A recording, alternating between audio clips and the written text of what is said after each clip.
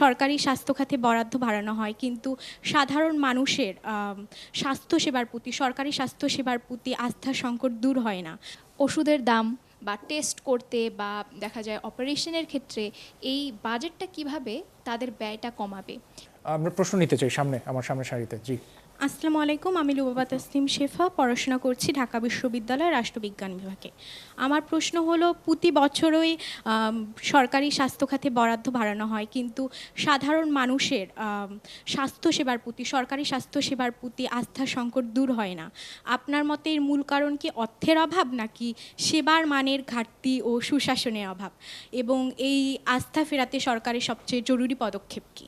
আচ্ছা, আর একটা প্রশ্ন নিতে চাই পাশের জন। জি, জি ধন্যবাদ। আমি তারানা জাহিদ সন্ধি, ঢাকা বিশ্ববিদ্যালয়ের রাষ্ট্রবিজ্ঞান বিভাগে পড়ছি। তো আমার প্রশ্ন হচ্ছে যে প্রতি বছর মানুষ, অনেক পরিবার তাদের পরিবারের কাউকে বাঁচাতে দেখা যায় যে স্বাস্থ্য সেবা নেয়ার জন্য তারা দেখা যায় বড় একটি অংশ ঋণ করে, যার কারণে তাদের জীবন মানটা কমে যায়। তো এই যে একটা বাজেটটা যে বেড়েছে, এই বাজেটটা বেড়ে তাদের ওই জীবনমান উন্নত করতে কিভাবে ভূমিকা রাখবে? এবং মানে দেখা যায় যে ওষুধের দাম বা টেস্ট করতে বা দেখা যায় অপারেশনের ক্ষেত্রে এই বাজেটটা কিভাবে তাদের ব্যয়টা কমাবে, এই বিষয়টা নিয়ে জানতে চাচ্ছি। এবং আরও একটা বিষয়, যে আমরা যদি মানসিক স্বাস্থ্য বিশেষজ্ঞ তৈরিও করি, তাহলে বাংলাদেশের মানুষের মধ্যে মানসিক স্বাস্থ্যের ব্যাপারে চিকিৎসা নেয়ার যে একটা আগ্রহ, এই আগ্রহটা তৈরি হবে কিনা? ধন্যবাদ। বুঝতে পারছি। ডক্টর শফিউল নাইন, আপনার কাছে যাই। প্রথমত, যে সাধারণ জনগণকে এখনো স্বাস্থ্যসেবার জন্য পকেট থেকে অনেক খরচ করতে হয়, ব্যয় করতে হয়, সেই ব্যাপারে এই বাজেট কিভাবে সহায়তা করতে পারে? না, একটা হচ্ছে যে মেন খরচটা কোথায় হয়, আমরা যেটা বলেছেন যে প্রায় 70%-এরও বেশি কিন্তু নিজের পকেট থেকে ঋণ করে চলতে হচ্ছে। এই ঋণ করতে হচ্ছে। তাহলে আমরা কিন্তু একটা প্রোটেকশন মেকানিজম নিয়ে আসতে পারতাম, ইন্স্যুরেন্স মেকানিজম, যেটা এই বাজেটে নাই। কিন্তু ওই যে অ্যাগেন, যে 23,000 কোটি টাকা যদি আপনি কিছু প্রায়োরিটি প্রজেক্ট নেন, সেটা কিন্তু করা যায়। এবং আপনার বিশ্বের যেসব দেশে এই জায়গায় ভালো করেছে, তারা কিন্তু প্রান্তিক জনগণ, যারা দরিদ্র, মার্জিনালাইজড পপুলেশন, তাদেরকে কিন্তু একটা ইন্স্যুরেন্স কাভারেজ অথবা প্রোটেকশন মেকানিজমের মধ্যে নিয়ে এসছে, যে তাদেরকে তাদের যত অসুস্থতাই হোক প্রায় ধরেন 1 লাখ টাকা পর্যন্ত সরকার বহন করবে। এবং ক্যাম্বোডিয়ার মতো কান্ট্রি, যেটা কিন্তু আমাদের চেয়েও আর্থিক সক্ষমতার দিয়ে নিচে, তারা কিন্তু একটা ইকুইটি ফান্ড তৈরি করেছে।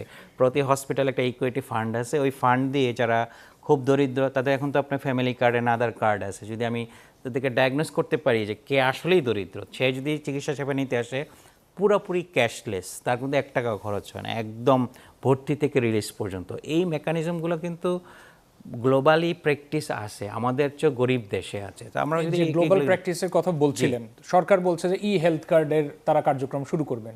আপনারা দেখেছেন যে বিভিন্ন মানে সেক্টরে আলাদা আলাদা করে কার্ড ইস্যু করছে, সেগুলো কি এগুলোর আওতায় আসবে বা এগুলো কভার করবে বলে মনে হয়? না, এই হেলথ কার্ড দিয়ে আমি কি পাবো সেটা কিন্তু বড় ইম্পর্টেন্ট। বলা হচ্ছে যে সেখানে পেশেন্টের হিস্ট্রি থাকবে, যেটা বাইরের দেশে এটা থাকে। কিন্তু সে ম্যানেজমেন্ট সিস্টেম। আপনি ধরেন আপনি একটা হসপিটালে গেলেন, এরপর ওয়াই হসপিটালে গেলেন, তাহলে আপনার রেকর্ডটা আবার নিতে হচ্ছে না। কিন্তু এটাতে কিন্তু আপনার যেই কোয়েশ্চেনগুলো করেছে সেই প্রবলেম সলভ হচ্ছে না।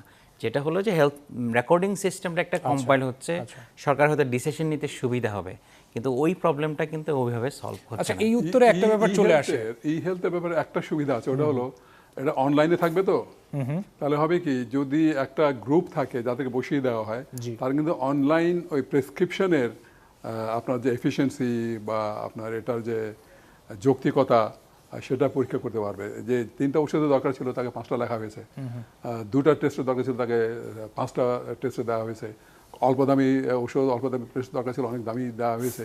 এটা কিন্তু অনলাইন যদি থাকে, তাহলে একটা গ্রুপ যদি সরকার যদি চায় ডেটাটা ইউজ করতে পারে, এটা ইউজ করতে পারে। এবং ওই যে আস্থার ব্যাপারটা এবং খরচের ব্যাপারটা, যদি আমি এখানে 2টা বিষয় আছে। একটা হলো যে আর্থিক ম্যানেজমেন্টের কথা যে প্রফেসর শিমুল বললেন, যদি আর্থিক ম্যানেজমেন্টটা এফিশিয়েন্ট হয়, ইন্টেলিজেন্ট হয়, ওয়াইজ হয়, তাহলে কিন্তু আমি অল্প ব্যবসায় বেশি সেবা দিতে পারবো। তাহলে আমাকে গরু আর ঘরের টিনের চাল বিক্রি করতে হবে না। ওই ব্যবস্থা যদি আমি করতে পারি থ্রু গুড মনিটরিং, আপনার ভালো ট্রান্সপারেন্সি, এগুলো যদি করা যায়, তাহলে কিন্তু আমি অনেক কম পয়সায় কিন্তু সবচেয়ে বেশি পয়সা যায় ঔষধে।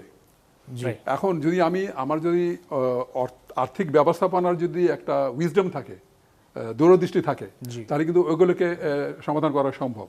তো সেইটাকে আনতে হবে আমাদের পরিকল্পনার মধ্যে। না, এই উত্তর যখন ডক্টর শফিউল নাইন দিচ্ছিলেন সেখান থেকে প্রথম প্রশ্নেই চলে যেতে হবে যে বরাদ্দের সমস্যা নাকি আসলে এখানে মানি ম্যানেজমেন্টের ইস্যু আছে। বরাদ্দ যদি থেকেই থাকে এবং যে বরাদ্দের কথা বলা হচ্ছে যে দ্বিগুণের বেশি বরাদ্দ এবার, তাহলে সেই ক্ষেত্রে অগ্রাধিকার ভিত্তিতে আসলে কোন কোন সমস্যাগুলো নিয়ে এগিয়ে আসা উচিত?